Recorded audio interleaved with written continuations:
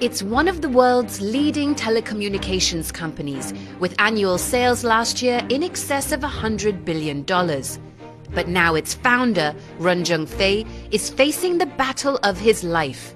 The United States is for Mr. Ren. This is also a personal fight.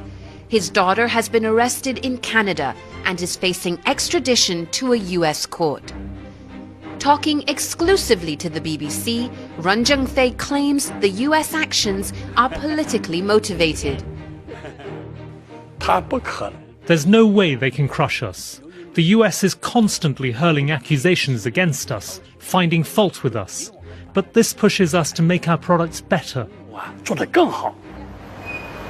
Huawei's success has become the prism through which the US and its allies are viewing China's rise. At the core of this is a simple but critical question. Is Huawei truly an international company operating on the global stage?任正非tackles this question and others in this special edition of Asia's Tech Titans.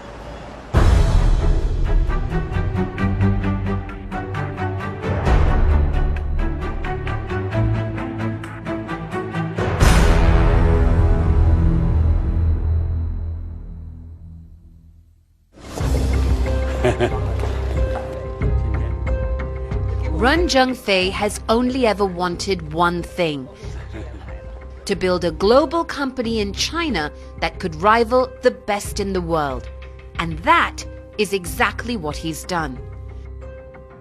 Mr. Ren started Huawei with just 3 staff and $2,500 in Shenzhen, one of China's special economic zones. When I first started out 30 years ago, the communications industry was on the brink of enormous changes. Changes equivalent to thousands of years in the history of mankind, all in the span of 3 decades. Back then, we didn't really have any telephones. The only phones we had were those hand-cranked phones that you see in old World War II films. We were pretty undeveloped then. Huawei started out by making simple equipment for rural markets. Instead of spending the money we earned, we invested it back into the business, making more and more advanced equipment. We were lucky China was developing its network industry on a big scale at the time. That's how we found a market for our goods. If we tried to start a business today, I don't know if we would be successful. We worked for survival rather than for ideals. How could we possibly have ideals then? Our priority was to survive. Today, Huawei is the top telecoms network equipment seller in the world. How did you do this?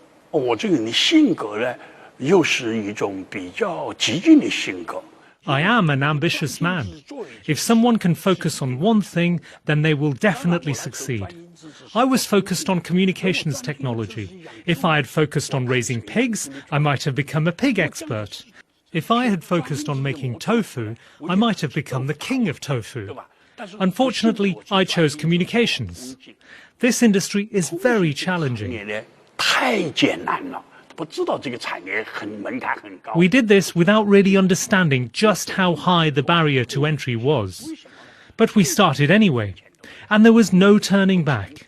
Because if we pulled out, then we would have lost everything. I had spent all of my initial investment and would have ended up begging on the streets. So we had to keep forging ahead one step at a time.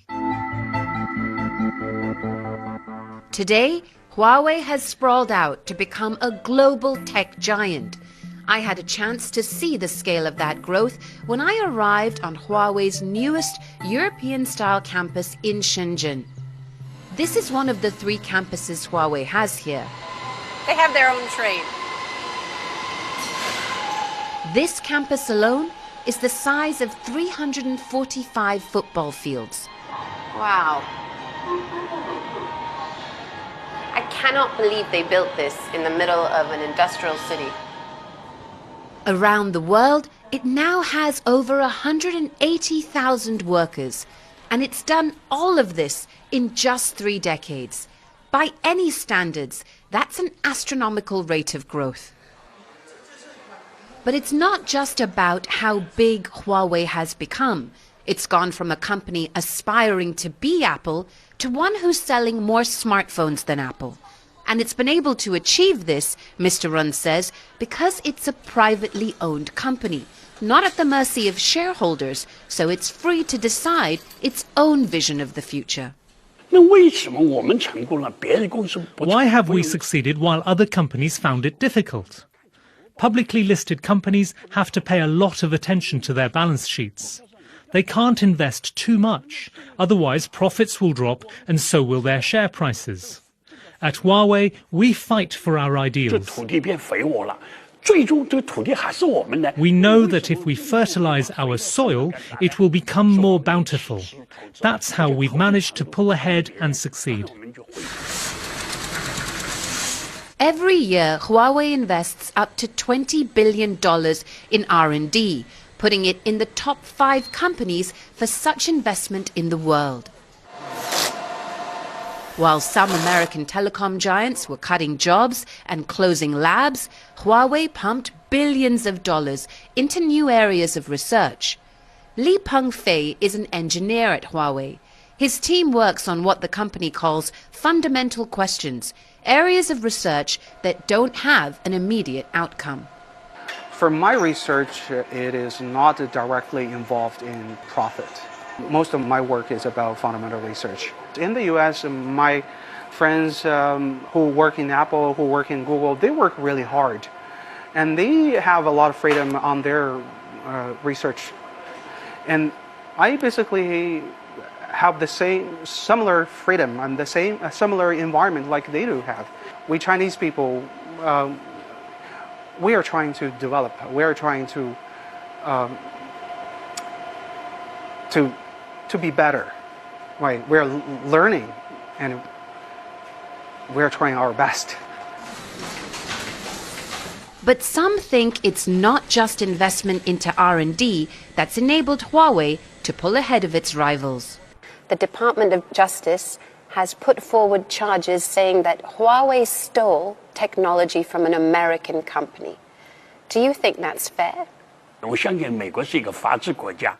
I trust the US is a country ruled by law, so everything will ultimately be settled by the law. But sometimes I'm also very happy. The US is the world's most powerful country, and their senior officials are going around the world talking about Huawei, including places where we have not launched any advertising campaigns, and people didn't know about us. But because of this, people everywhere now know of Huawei. This is a huge advertisement for us at a very cheap price. Cisco, Nortel, Motorola, they've all accused Huawei of stealing their ideas, stealing their technology. The United States is trying to say Huawei can't be trusted. What do you have to say about that? In actual fact, many of our technologies are already far ahead of those by Western companies, not just in 5G or optical switching or our chipsets. The number of technologies in which we're leading is huge, and these are complex technologies. The charges that the US has made against Huawei are fairly marginal. They're not enough to say that Huawei has become what it is today by stealing from the US. Today, we have many things that the US doesn't. How can we steal what they don't have?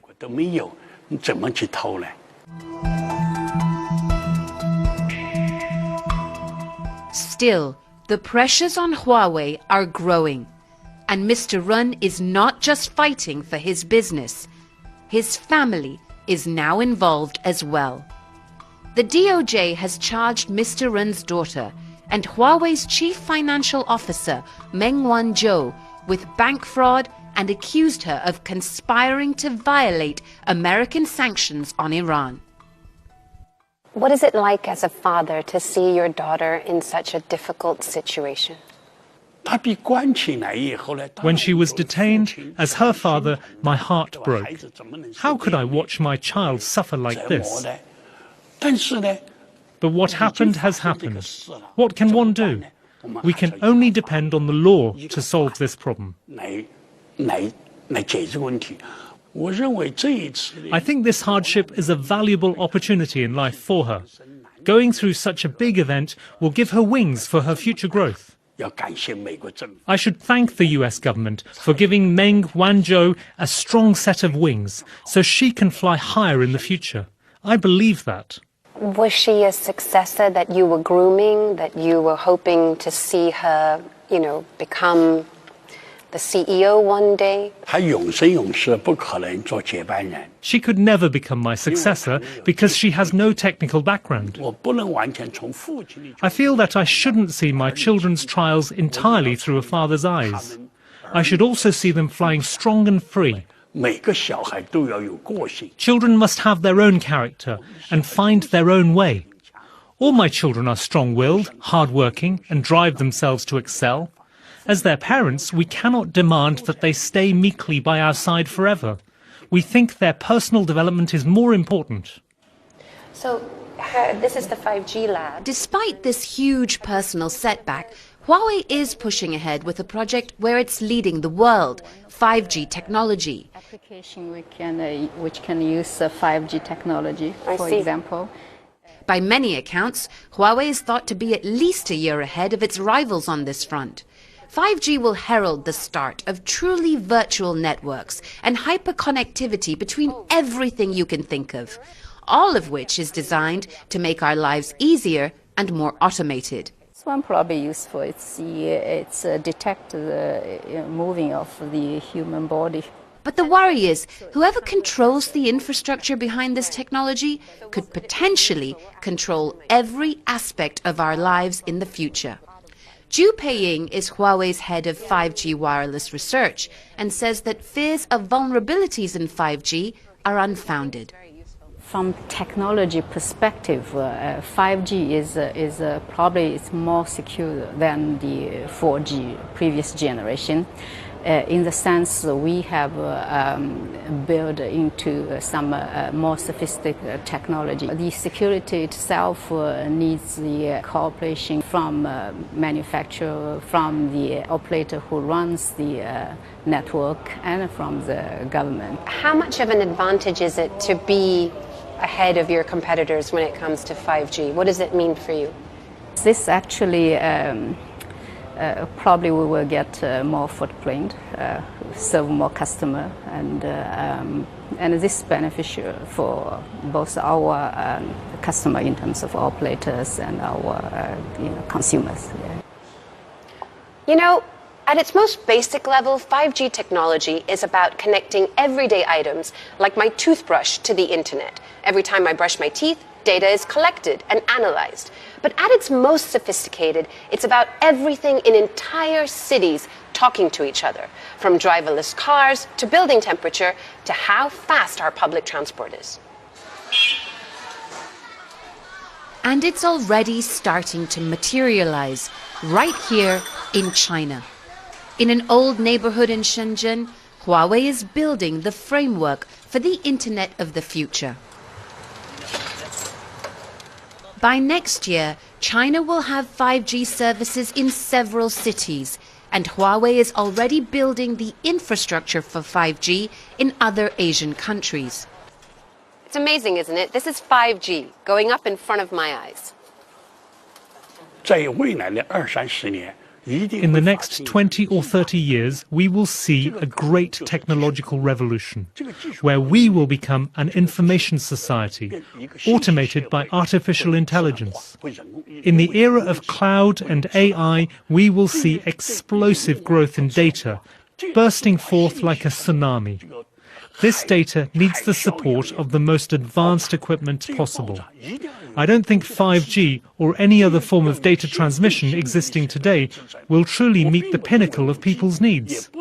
I believe there are more profound needs that still need to be addressed. Right now, human society is only in the early phases of the massive change that lies ahead. We still have a very long way to go before we can deliver faster, more real-time, more accurate and more affordable information services. The Chinese government has clearly said that it won't ask companies to install backdoors, and Huawei will not do it either.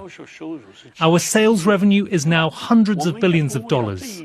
We are not going to risk the disgust of our country and our customers all over the world because of something like that. We will lose all our business, and then we would not be able to repay the banks. I'm not going to take that risk. I said I would shut the company down, also to express a kind of determination. We will not do this. After leaving the army, I had no connection or interaction with it. I was not the high-ranking officer the US has made me out to be. Please don't think that Huawei has become what it is today because we have special connections. Even 100% state-owned companies have failed. Do good connections mean you will succeed then? Huawei's success is still very much due to our hard work. There has been no conclusive evidence that Huawei has been helping the Chinese government to spy on other countries. But concerns that it could have been enough for the US to pressure its allies, including the UK, to stop doing business with Huawei altogether. While Australia has outright banned the use of Huawei equipment in its 5G networks, the UK and New Zealand are leaving the door open for now. Huawei's global cybersecurity program is run in London by John Suffolk. He used to be the UK government's chief information officer and understands the level of suspicion targeted at the company. The reality is we are a Chinese headquartered company. We're very proud of our Chinese heritage and our Chinese roots. Not everybody, understands, the modern China. Not everybody is in favour of the modern China. And some will even see China as a threat, as they saw, Japan in the car industry in terms of the 70s and the 80s. We have to ignore that. We have to continue to satisfy what our customers want. We have to continue to be open and transparent. And then businesses will make the decision based on who will provide them with the greatest long-term value. What kind of impact would it have on your business if the US is successful in getting many of its partners in the West to shut your equipment out? If the lights go out in the West, the East will still shine. And if the North goes dark, then there is still the South.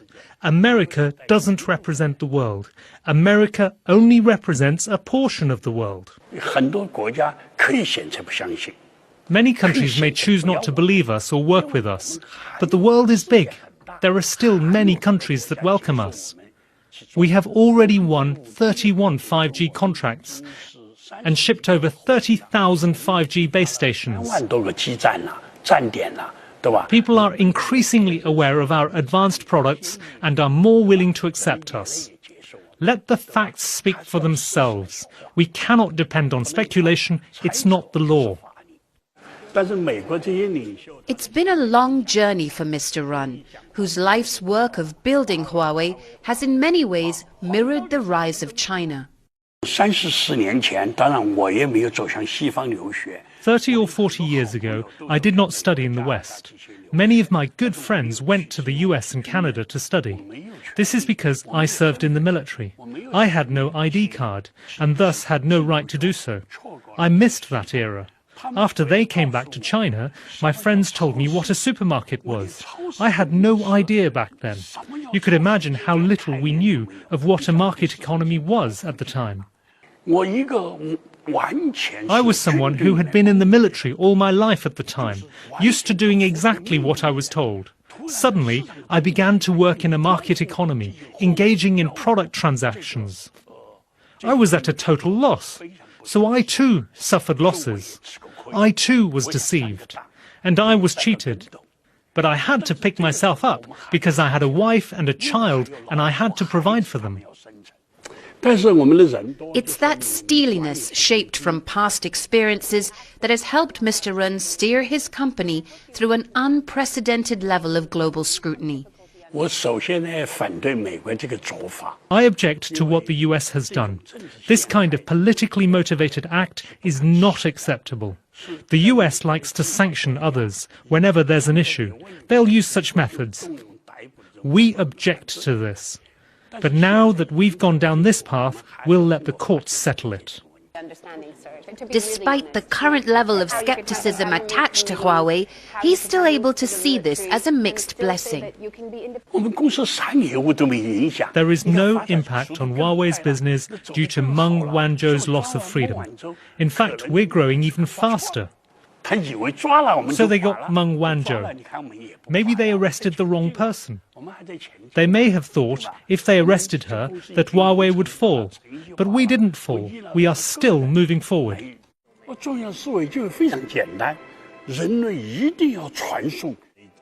Mr. Run, moving forward is not merely an option. For Huawei, it's the only way to survive.